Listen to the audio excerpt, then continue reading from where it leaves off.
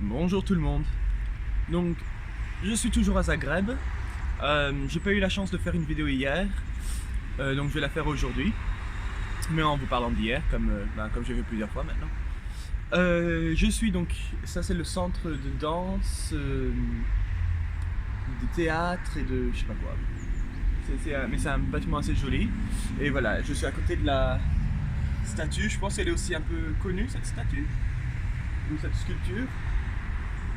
Et voilà, et donc je vais vous parler un peu d'hier. Hier, ouais, journée intéressante parce que j'ai fait la visite guidée de Zagreb. Le guide, donc c'était bien, il parlait bien, il parlait fort, mais par contre, je crois qu'on était une bonne quarantaine dans le groupe, donc ça faisait un gros groupe. À chaque fois qu'on allait quelque part, on bloquait la route complètement, donc c'était pas top pour ça, mais bon, ça allait. Et donc j'ai pris mes 3 faits les plus intéressants. Le premier, c'est que voilà, donc Zagreb a commencé. C'était 2 villages presque, dans l'époque médiévale, qui se s'effacent, avec une petite vallée avec une rivière au milieu. Et donc les villes, c'était Kaptol et l'autre. L'autre avec un nom un peu plus compliqué, donc c'est pour ça que j'ai pas mémorisé. Et voilà, donc elle se fait Kaptol, c'était plutôt la ville religieuse, donc c'est maintenant où il y a la cathédrale. Et quand on va, ça se voit les vestiges toujours, parce qu'il y a la capitale. Et il y a aussi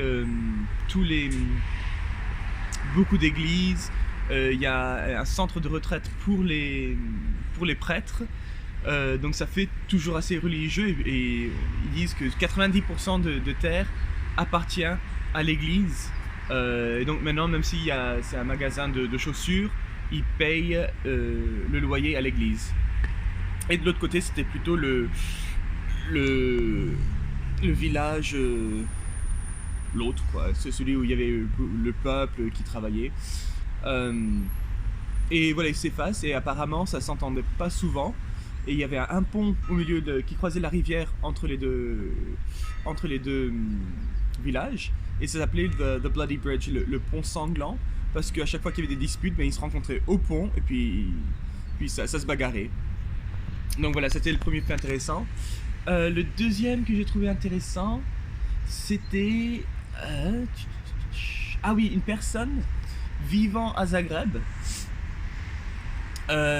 en l'espace de 80 ans, donc l'espace de la vie d'une personne, elle aurait changé de passeport 6 fois. Juste en restant en même place, elle aurait passé de autrichien, autriche-hongrois, croate, après yougoslave, ça allait dans tous les sens. Et donc voilà, même sans bouger, 6 passeports différents. Donc ça c'était intéressant. Et le dernier truc intéressant... Ah oui, la monnaie. Donc apparemment dans la région, les martres, c'est bien utilisé comme échange. Et donc la monnaie, le kuna, c'est dérivé du mot croate pour martre. Et en plus, sur la monnaie, donc sur les 1 et sur les 2, je pense que il y a une petite martre sur les pièces de monnaie. Donc voilà, la martre, c'était vraiment intéressant pour l'échange, et ils l'utilisent toujours dans les mots et sur les pièces. Donc après ça, il nous a parlé un peu aussi de la guerre. Il nous a dit, pour la guerre, il y a vraiment un tour dédié pour ça. Et donc je vais pas vraiment en parler. Si vous voulez en savoir plus, rendez-vous à 3h, parce qu'il y a un tour juste pour ça. Donc moi j'étais assez intéressé. Et donc après la visite, il nous a dit, bon bah tous ceux qui veulent rester pour la prochaine visite, restez ici, je vais vous donner plus d'informations, je vais vous donner des billets. Donc je suis resté. Il y avait une autre fille qui était restée, donc on commence à parler, elle est d'Irlande du Nord. Et donc elle était aussi intéressée, elle disait oui, mais c'est un peu cher, c'était 20 €, et c'est un peu cher, je ne sais pas. Moi j'ai de toute façon moi je le fais. Je suis à Zagreb une fois, donc pourquoi pas. Et après elle a dit je vais voir. Et elle a dit, tiens, ça t'intéressait de juste aller prendre à manger en attendant pour la visite. Donc on est allé On n'a pas trouvé à manger, on a trouvé à boire, donc on a pris une bière. Non, c'était quelqu'un d'intéressant. Voilà, mais on a parlé un peu de voyage, de ce qu'elle sait.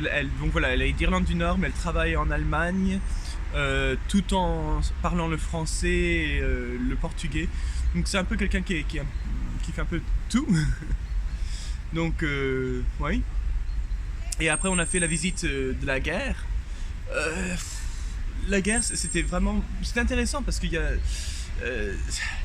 il voulait, comme le but, c'était de parler de la guerre des années 91 jusqu'à 95, mais ça a pris les 2/3 du tour, je pense que c'était de tout ce qui s'est passé avant. Donc pourquoi est-ce que la guerre a commencé, et c'est vraiment...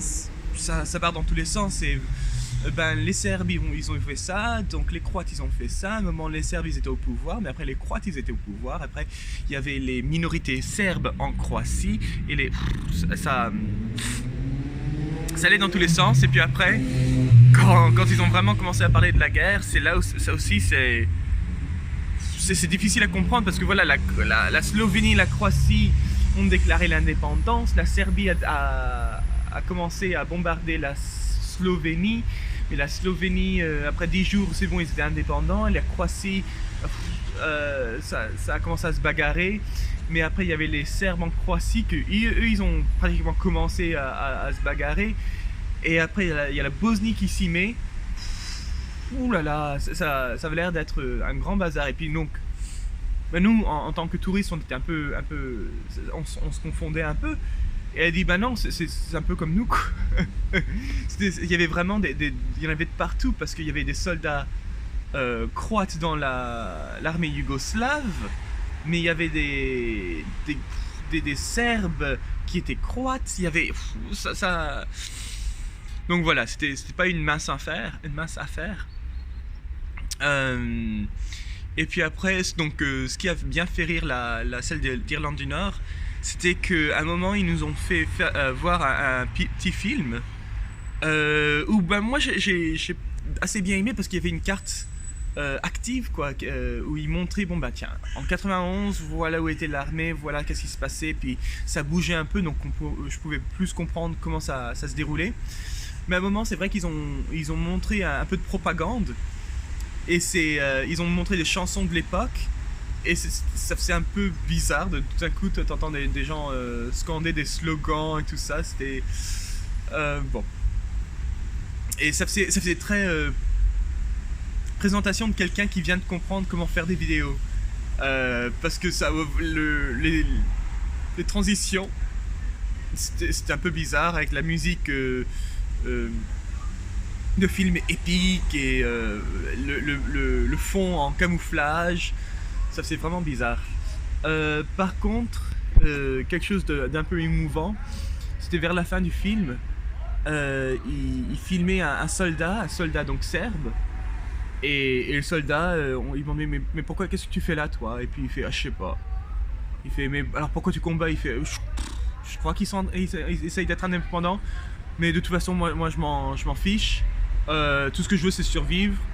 Je veux rentrer chez moi. J'ai plusieurs amis qui sont morts. J'en ai 3 qui sont morts aujourd'hui. Par contre les officiers, eux, ils sont pas morts, ils sont toujours tous là.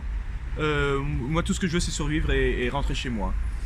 Donc ça montre aussi la mentalité qu'il y a beaucoup qui s'en moquaient quoi. Même dans l'armée, c'était pas vraiment ce qu'ils voulaient. Tout ce qu'ils voulaient c'était voilà, vivre en paix. Donc voilà, ça c'était un peu émouvant. Et puis et puis après il a demandé quel âge tu as, et puis il disait j'ai 19 ans. Et donc ouais. Mais anyway. Et puis voilà, quelque chose d'autre qui m'a marqué, c'était aussi ils montraient des chocolats. Les chocolats que avec chaque chocolat t'avais un petit autocollant pour ton album. Et avant la guerre, c'était les animaux du zoo.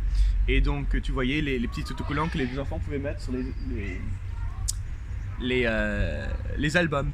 Et pendant la guerre, ça a changé aux soldats. Donc il fallait collectionner les soldats, donc le soldat avec le bazooka, le soldat avec la mitraillette, et des trucs comme ça, pour mettre dans l'autocollant. Donc c'est vrai que ça a dû choquer un peu. Et la guide, elle avait 30 ans, donc mon âge, quoi. Et elle nous a dit, donc elle a dit, bon, pendant la visite, je vais essayer d'être aussi objectif que possible, mais sachez que même à 30 ans, j'ai connu la guerre.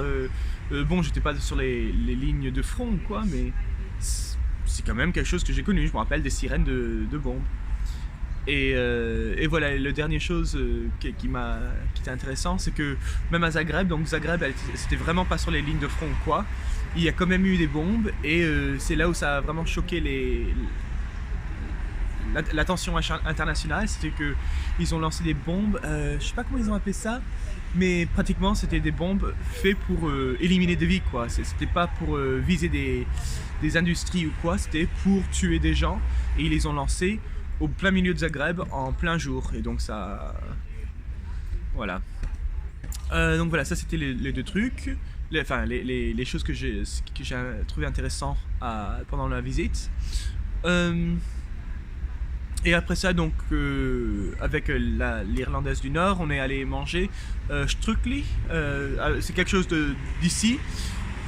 Il n'y avait pas beaucoup de goût. C'était bien parce que c'était chaud, et puis ça, c'était quelque chose qui était recommandé.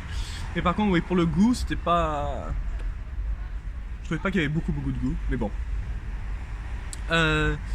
Et non, après, elle est repartie dans son auberge, moi je suis reparti dans la mienne, et puis... Voilà, le seul truc, j'ai perdu mon bidon d'eau, et donc là, je vais bientôt aller en chercher un autre. Je sais pas pourquoi.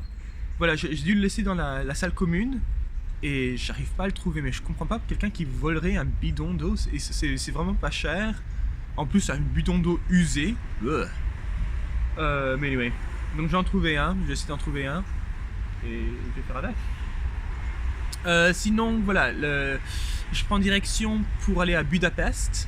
Je voulais faire la côte, mais je vais pas avoir assez de temps, donc le plan maintenant, parce que Jen va me rencontrer à Belgrade le 7 novembre, donc j'ai regardé si j'avais assez de temps pour faire la côte croate, Sarajevo, et puis à monter, et j'ai pas assez de temps. Ce sera vraiment trop de vélo et pas assez de visites, et donc j'ai décidé d'aller à Budapest. Donc je crois que ça va me prendre 4 jours pour y aller. Visiter Budapest, et après 4 jours pour pour aller jusqu'à Belgrade. Et ce qui est bien, c'est que c'est plat. Je crois que j'ai 1500 mètres de montée, mais en 4 jours, donc c'est rien. Donc ça va être assez facile. Non, c'est à peu près tout. Ouais. Allez, au revoir.